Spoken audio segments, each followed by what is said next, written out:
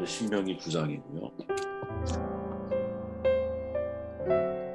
신명기 9장 5절 말씀을 제가 읽습니다. 새 번역입니다. 당신들이 마음이 착하고 바르기 때문에 당신들이 들어가서 그들의 땅을 차지하도록 하신 것이 아니라 여기에 있는 이 민족들이 악하기 때문에 주 당신들의 하나님이 그들을 당신들 앞에서 내쫓으신 것입니다. 이렇게 하여 주님께서는 당신들의 조상 아브라함과 이삭과 야곱에게 맹세하신 그 말씀을 이루신 것입니다. 아멘. 신명기 9장에서 모세는 하나님께서 왜 이스라엘 백성들을 가나안 땅에 인도해 들이셨는지를 설명을 하고 있죠. 가나안 땅을 약속하시는 말씀 속에서 우리가 얻을 수 있는 교훈이 분명히 있다고 생각을 하는데, 저는 그것은 제가 출발에서부터 말씀드렸지만 이미 이들은 구원을 받은 사람이에요. 왜? 홍해를 건넜기 때문에. 홍해를 건넌 이후에 광야에서 인생을 살다가 마감할 것이냐 아니면 가나안에 들어갈 것이냐, 이 두 가지 결정이 항상 그리스도인에게 있다라는 거죠. 저는 이제 가나안을 뭐로 규정을 하느냐, 개인적으로 저는 가나안은 사명이라고 저는 규정을 하거든요. 하나님이 내게 주신 사명지에서 내게 준 사명 끝까지 잘 감당하면서 가나안을 정복해 나아가는 삶, 내게 허락한 사명을 다 이루어가는 삶을 내가 살아갈 것이냐, 아니면 광야에서 그냥 유랑하는 인생을 살다가 내가 생을 마감할 것이냐. 그 선택은 저와 여러분 각자의 몫이라는 거죠. 특별히 신명기는 가나안 입성을 앞두고 있는 출애굽 2세대를 향한 말씀이기 때문에 이 모든 초점을 사명이라고 하는, 사명 감당이라고 하는 데에 초점을 맞춰서 말씀을 묵상하다 보면 우리는 그 속에 또 다른 하나님의 은혜를 알아갈 수 있다라고 저는 생각을 합니다. 말씀을 또 들어가 보면 4절 말씀을 제가 한번 읽어볼게요. 주 당신들의 하나님이 그들을 당신들 앞에서 내쫓으신 다음에 행여 내가 착하기 때문에 주님께서 나를 이끌어들여 이 땅을 차지하게 하셨다 생각하지 마십시오. 주님께서 이 민족을 당신들 앞에서 내쫓은 것은 그들이 악하기 때문입니다. 사명은 은혜로 주어지는 것이라는 거죠. 모세는 출애굽 2세대들이 가나안 땅을 점령하고 있는 강한 민족들을 제압하고 또 그 땅을 차지하게 될 거야 라고 예언을 해요. 동시에 한 가지 충고를 더하죠. 행여 내가 착하기 때문에 주님께서 나를 이끌어들여서 이 땅을 차지하게 하셨다고 생각하지 말라 하라는 거예요. 모세의 당부거든요. 그러니까 이스라엘 사람들이 착하기 때문에 가나안을 확보하는 것이 아니라는 말이죠. 도리어 그들은 본문 말씀을 읽어보면 대단히 고집이 센 백성들이었고 불순종하는 삶이었고, 우리가 잘 기억하잖아요. 3일만 지나면 은혜를 망각하는 기억 상실증 환자 같은 사람들이었거든요. 그럼에도 불구하고 하나님 그들에게 가나안을 허락하시죠. 전적인 하나님의 은혜라는 겁니다. 착해야 구원을 받나? 착해야 사명이 주어지는가? 착해야 쓰임을 받는 건가? 결코 아니라는 거죠. 구원도 사명도 사실은 전적인 하나님의 은혜라는 거예요, 여러분. 바울이 가장 좋은 예죠. 바울은 예수를 믿는 사람들을 잡으러 가던 중에 다메섹 도상에서 부활하신 예수 그리스도를 만나잖아요. 그때 바울은 본인이 고백했듯이 핍박자, 회방자, 포악자였어요. 하나님 앞에 죄인된 자고 하나님과 원수된 자였거든요. 그러나 그때 하나님께서 그리스도 안에서 바울을 선택하시고 사명의 자리에 부르시고 세우신 거거든요. 바울의 고백처럼 그때 하나님이 나를 충성되이 여겼을 때가 바로 사실은 바울이 착할 때가 아니라 핍박자의 삶을 살 때, 해방자의 인생을 살아가고 있을 때, 포악자의 삶을 살아가고 있을 때, 즉 바울의 착함에 혹은 바울의 능력에 그 뿌리를 두고 있지 않다는 사실을 잊으면 안 된다는 거죠. 왜 이 말이 중요하냐? 우리는 보통 사명자, 사명의 길을 걸어갈 때는 내가 착하고 신앙이 올바르고 혹은 내가 하나님 앞에 충분히 준비된 쓰임받기에 합당한 그릇으로 내가 준비되어졌을 때 하나님이 내게 사명을 맡기시는 게 아닐까, 이렇게 착각을 하기 쉬워요. 그러나 이것 자체가 사실은 자기 능력을 의지하는 사실 잘못된 모습이라는 거죠. 적어도 오늘 본문 속에 있는 이 모세의 고백처럼 출애굽 2세대가 가나안에 들어간 것은 너희들이 착하기 때문이 아니야. 그것은 그 땅에 있는 민족들이 악하기 때문에 너희들로 인하여 그들을 내쫓게 하는 것이지, 너희들이 착하기 때문에, 즉 합당한 조건을 갖추기 때문에 사명을 너희들에게 맡긴 게 아니라는 사실을 명확하게 이야기해주고 있죠. 하나님은 이스라엘 백성들이 애굽에서 부르짖을 때 그들을 구원해 줬어요. 물론 하나님은 이스라엘 백성들에게 데칼로그, 십계명이라는 율법을 주셨죠. 잘 기억해 보세요, 여러분. 홍해를 건너서 시내산에서 데칼로그를 받아요. 이것은 출애굽한 이후에 시내산에서 받은 거거든요. 십계명을 출애굽 전에 애굽 땅에서 주셨는가 아니면 출애굽 이후에 시내산에서 주셨는가 하는 이 문제는 매우 중요한 문제이거든요. 왜? 하나님을 구원하시면 어떤 것인지를 알아볼 수 있는 좋은 단서가 되기 때문에 하나님은 계명과 율법을 지키면 너 구원해줄게 이렇게 말씀하지 않는다라는 거지. 그렇지 않으면 구원시켜줄 수 없어 라고 하나님은 말씀하지 않는다라는 거예요. 하나님은 먼저 은혜로 저들을 구원해 주시고 구원하신 이후에 이제 네가 구원받았으니까 이렇게 인생을 살아야 돼 라고 데칼로그 율법을 그들 가운데 허락하시는 거죠. 구원은 오직 전적인 하나님의 은혜라는 거예요. 여기서 중요한 건 율법으로 구원을 얻는 것은 아니지만 그럼에도 율법을 지키지 않으면 되는 것은 아니라는 거죠. 이게 우리가 자꾸 혼동스러워하는 거예요, 여러분. 우리는 구원받았기에 넌 이제 이렇게 살아야 돼 라고 하는 율법이 새로운 차원으로 우리가 이해되어지는 것이지. 하지만 이 생각이 너무 극단적으로 몰아가게 되면 내가 율법을 지켜야만 하나님 구원을 유지하게 되는 것으로 자꾸 우리가 착각하고 오해하게 된다는 거예요. 율법을 지키려고 노력하지 않으면 우리가 죄인인 것을 깨달을 수 없기 때문에 율법을 지키는 거거든요. 내가 죄인인 것을 깨닫지 못하면 예수님이 우리의 주와 구주라는 믿음에 이를 수가 없는 거예요. 그래서 율법은 사도 바울의 말처럼 우리를 예수 그리스도께로 그 은혜 앞으로 인도해가는 초등교사와 같은 역할을 하는 거거든요. 율법으로 구원을 얻는 건 아니지만 율법이 있기 때문에 궁극적으로 장성한 믿음에 불리하게까지 우리가 도달할 수 있다는 거죠. 구원이 은혜이듯이 여러분 가나안이란 사명 역시 은혜라는 거예요. 착하고 능력이 있으면 사명을 주시는 것인가? 아니라는 거죠. 사명은 자기의 나의 능력 여기에 근거하지 않아요. 도리어 마치 모세가 고백했던 것처럼 내가 누구가 한데 그런 일을 합니까? 누구가 한데 바로를 내가 만납니까? 라는 고백처럼 내가 누구가 한데 그런 일을 감당할 수 있겠습니까? 라는 겸손을 갖추는 것이 사실은 사명자가 가지고 있어야 중요한 자세이자 겸손이자 태도인 거죠. 6절에 이렇게 말하잖아요. 주 당신들의 하나님이 이 좋은 땅을 당신들에게 주어 유산으로 차지하게 하신 것이 당신들이 착하기 때문이 아님을 당신들은 알아야 합니다. 오히려 당신들은 고집이 센 백성들입니다. 우리와 똑같죠, 사실은. 우리가 하나님의 사명을 감당하려고 할 때 사명을 하나님이 내게 보이게 하시고 알게 하시잖아요. 그걸 보았음에도 불구하고 우리는 고집을 부리죠. 우리는 끊임없이 불순종하고 그것을 받아들이지 않으려고 하는 마음의 이 태도를 가지고 있어요. 저도 경험을 하지만 여러분도 경험을 하시는 내용들 아니겠습니까? 계속해서 모세가 강조하는 것은 당신들이 착하기 때문이 아니야. 한 번만 나오는 구절이 아니에요. 세 번역에 보면 너희들이 착하기 때문이 아니다. 착하기 때문이 아니다. 너희들은 오히려 고집이 센 백성들이었다. 그러나 하나님이 너희들을 어떻게 쓰기를 원하시고 가나안 땅에 들어가기를 원하신다라는 거예요. 그러니까 이것을 우리가 확대 해석해 보면 이렇게 생각할 수 있는 거예요, 여러분. 우리가 생각할 때 인간적으로 저 사람이 교만하고 저 사람이 게으르고 저 사람이 내가 볼 때 하나님이 쓰실 조건을 전혀 갖고 있지 않는 그런 그 사람이 목회자일 수도 있고요. 또 그 사람이 선교사일 수도 있고요. 그 사람이 소위 우리가 볼 때 아주 유명한 스타 그리스도인일 수 있어요.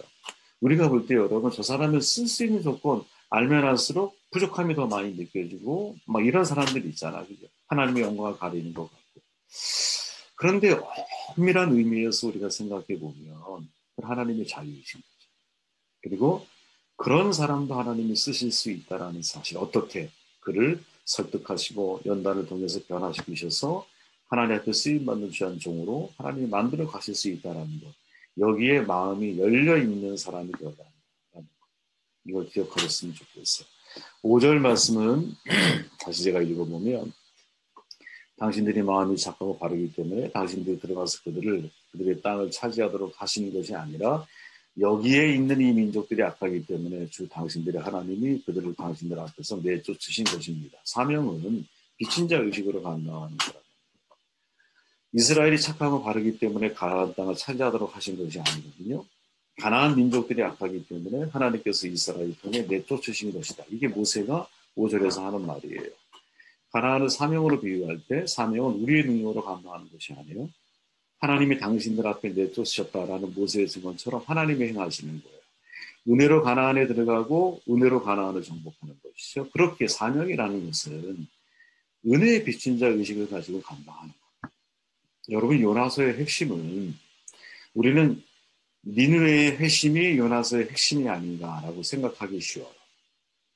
그러나 요나서의 핵심은 제가 볼 때는 여러분, 요나의 회심이 요나서의 핵심이거든요. 그러니까 요나서의 마지막 구절은 여러분, 니느웨가 이야기되는, 거론되는 게 아니야. 오히려 마지막에 가면 여러분, 눈을 한번 읽어보세요. 요나에 관련된 이야기가 나오거든요. 마지막에 4장 9절에 보면 하나님이 요나에게 이르시되 내가 이 방명으로 말미암아 성되는 것이 어찌 오르냐 하시니 그가 대답하되 내가 성내어 죽기까지 할지라도 오름이니이다 하니라. 여호와께서 이르시되 내가 수고도 아니하였고 재배도 아니하였고 하룻밤에 났다가 하룻밤에 말라본 이 방명쿨을 아꼈거든. 하물며 이 큰 성읍 니느웨에는 좌우를 분별하지 못하는 자가 12만여 명이요 가축도 많이 있나니 내가 어찌 아끼지 아니하겠느냐 하십니다. 이게 끝이에요. 이렇게 하고 요나가 끝나요. 도대체 요나서가 무엇을 우리에게 전달하려고 하는 걸까요? 메시지 속에서 니느웨의 회심일까요? 물론 니느웨에서 복음을 전해요. 그래서 니느웨에서 회심의 일이 일어나요. 그런데 그건 3장의 사건이에요. 정작 마지막 4장에서 마무리되는 것은 요나에게 초점이 맞춰져 있는 것처럼 보이거든요. 그럼 요나에게만 초점이 맞춰진 거라면 요나의 무엇에 초점이 맞춰진 걸까요? 야, 네가 방농꾼 안에, 즉 하나님의 은혜로 인하여 네가 하나님의 은혜를 인하여 지금까지 살고 은혜로 인하여 지금까지 생존한 사람인데 어찌 그 은혜를 가지고 니느웨 사람을 네가 구원하려고 하는 아버지의 마음을 그들 가운데 전달하기를 꺼려하느냐. 핵심이 그거죠. 네가 은혜 받은 사람이라는 거예요. 박너쿨 하나의 사건을 통해서 야 모든 건 하나님의 은혜였구나 라는 걸 깨닫게 돼요. 그리고 그 은혜를 아는 사람만이 무엇? 니느웨에 들어갈 수 있는 거예요. 그래서 여러분 제가 전에 사도 바울을 말할 때 빚진 자 의식이 정말 중요하다라고 말씀드렸잖아요. 하나님은 빚진 자 의식을 가진 사람들을 통해서 일을 하시는 것 같아요. 그 빛이 뭐냐? 은혜의 빛이라는 거죠. 복음의 빛이라는 거죠. 하나님이 바울을 부르셨을 때 여러분 생각해 보세요. 포행자, 핍박자, 해방자라고 그랬잖아요. 그런 나를 하나님이 택하시고 그런 나를 하나님이 이방인을 위해 택한 그릇으로 나를 사용하기를 원하셨어요. 은혜이죠. 그리고 그 은혜를 바울이 알기 때문에 그 은혜로 인하여 이방인들을 위해 내가 기꺼이 복음을 위해서 목숨을 내어놓는 사람이 되는 거죠. 그죠? 그러니까 내가 은혜 받지 못할 때 하나님이 은혜로 나를 구원하셨다는 사실을 알기 때문에 이 은혜 받게 하신 대상이 누구인가? 그게 사명이거든요. 그러니까 지금 이스라엘이 가나안에 들어가는 것은 가나안이 악하기 때문인 거야. 민족들이. 그럼 이스라엘이 가나안에 악하지 않았다면 들어가지 못할 수도 있어요, 여러분. 물론 하나님의 약속이 사실은 더 선제되어 있기 때문에 그 약속은 성취되겠지만 그런 의식이 우리 가운데 필요하다라는 거죠. 하나님이 나를 왜 구원의 자리에 세우셨을까? 그것은 나로 인하여 나를 구원의 자리에 세울 수밖에 없는 사명이라고 하는 대상이 내 앞에 있는 거죠. 그렇게 그 사명이란 대상을 내가 찾을 때 비로소 나는 하나님이 나를 부르시고 선택하시고 은혜를 주신 이유가 무엇인지를 더 선명하게 이해할 수 있는 사람이 되는 거죠. 저는 이 빚진 자 의식은 참 중요한 의식이라고 저는 생각을 해요.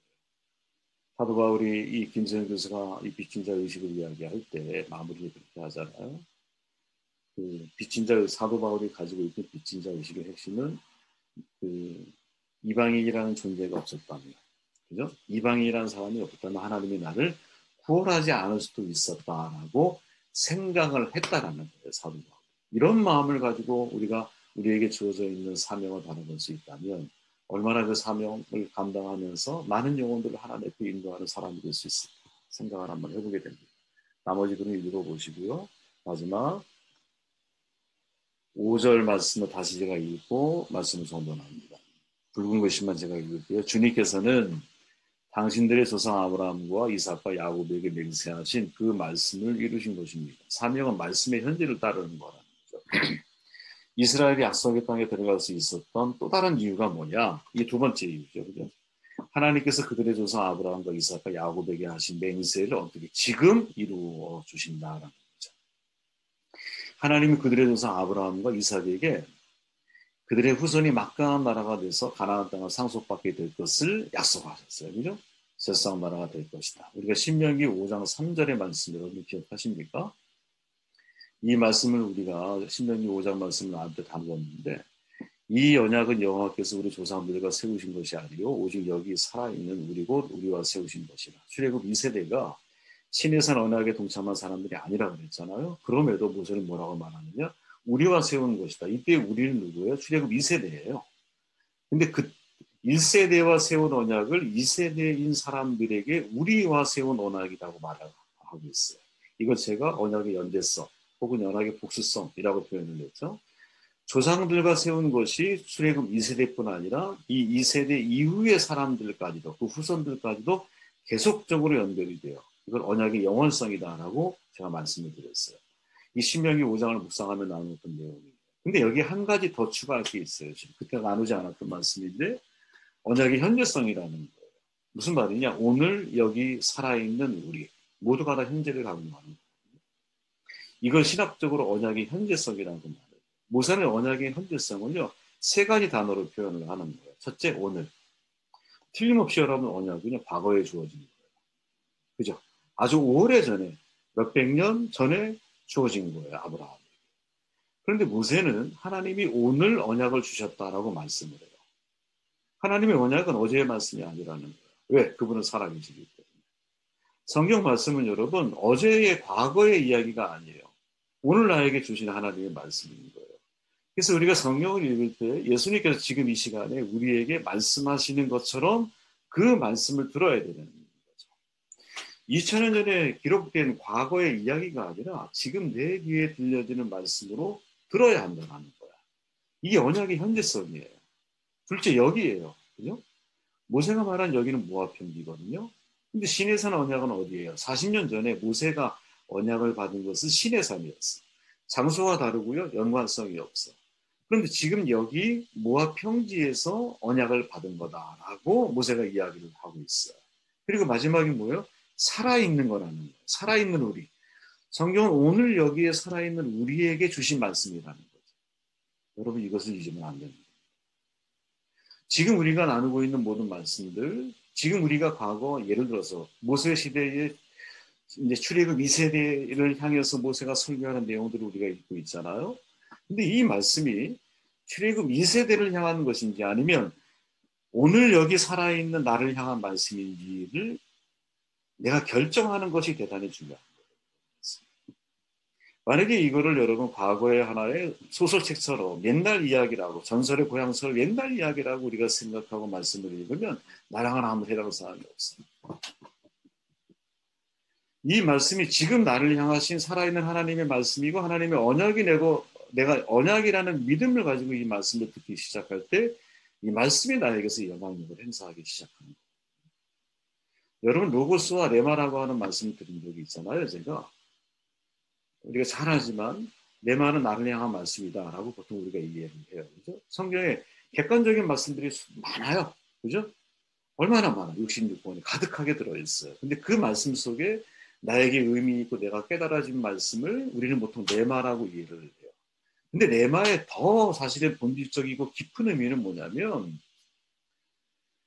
이 하나님의 로고스의 말씀이 내 안에 들어와서 내 인격이 되어질 때 그게 레마인 거예요. 만약에 이 말씀이 내 인격이 되어지지 못하면 그때는 로고스로 남아있는 거예요. 그러니까 수많은 그리스도인들이 가지고 있는 하나님의 말씀에 대한 지식은 뭐냐면 그 말씀이 로고스일 확률이 대단히 많아요. 그 말씀 가운데 나에게 대단히 의미가 있고 나에게 하신 말씀이고 나의 삶을 바꾸고 내가 그 길을 걸어가도록 만들고 있는 말씀. 그 말씀은 나에게 레마인 거예요. 그 말씀만이 레마인 거예요. 나에게. 그런데 이런 말씀이 나의 삶 가운데 없다면 나는 끊임없이 하나님을 어떻게 만나는 거예요? 로고스로 만나는 거예요. 여러분이 예배드리고 설교를 얼마나 많이 듣습니까? 그런데 그 말씀이 내 머릿속에만 뱅뱅뱅뱅 맴돌고 있어요. 로고스이기 때문에 그런 거예요. 그럼 왜 로고스의 메시지로 내 머릿속에 맴돌고 있느냐? 그것은 여러분 설교자의 잘못을 논하기 전에 내가 그 말씀에 대한 태도가 잘못되어져 있는 거지. 오늘 여기 살아있는 나에게 하시는 말씀이라고 하는 믿음을 가지고 그 말씀을 내가 받아들이고 있느냐. 아니면 과거에 하나의 사건, 이야기로서 그 말씀을 내가 접하고 있느냐. 불이 원하기는 여러분, 오늘 여기 살아있는 언약의 현재성, 하나님은 항상 현재의 시작을 영원한 현재라고 표현하잖아요. 영원한 현재. 왜? 카이로스가 뭐예요? 하나님의 특정한 때거든요. 내가 하나님의 특정한 때를 만나면 한계, 제한적인 시간을 사는 인간이 영원하신 하나님과 만나게 되면 과거, 현재, 미래가 사라져 버리는 거예요. 다. 왜? 영혼 속에는 여러분 과거, 현재, 미래가 구분이 없으니까. 그래서 우리는 영혼성을 경험하는 거거든요. 지금 우리가 하나님의 말씀을 접할 때 여러분 꼭 기억하셔야 할 거. 오늘 여기 살아있는 나에게 하나님이 이 말씀을 하시는 거다. 라고 내가 받아들이기 시작할 때 그 말씀을 비로소 내 안에서 내마가 되고 나의 인격이 되고 내 삶이 그 안에서 바뀌어 나아가는 거죠. 그 사명이 나의 사명이 되어지는 축복의 길을 주의 이름으로 축원드립니다.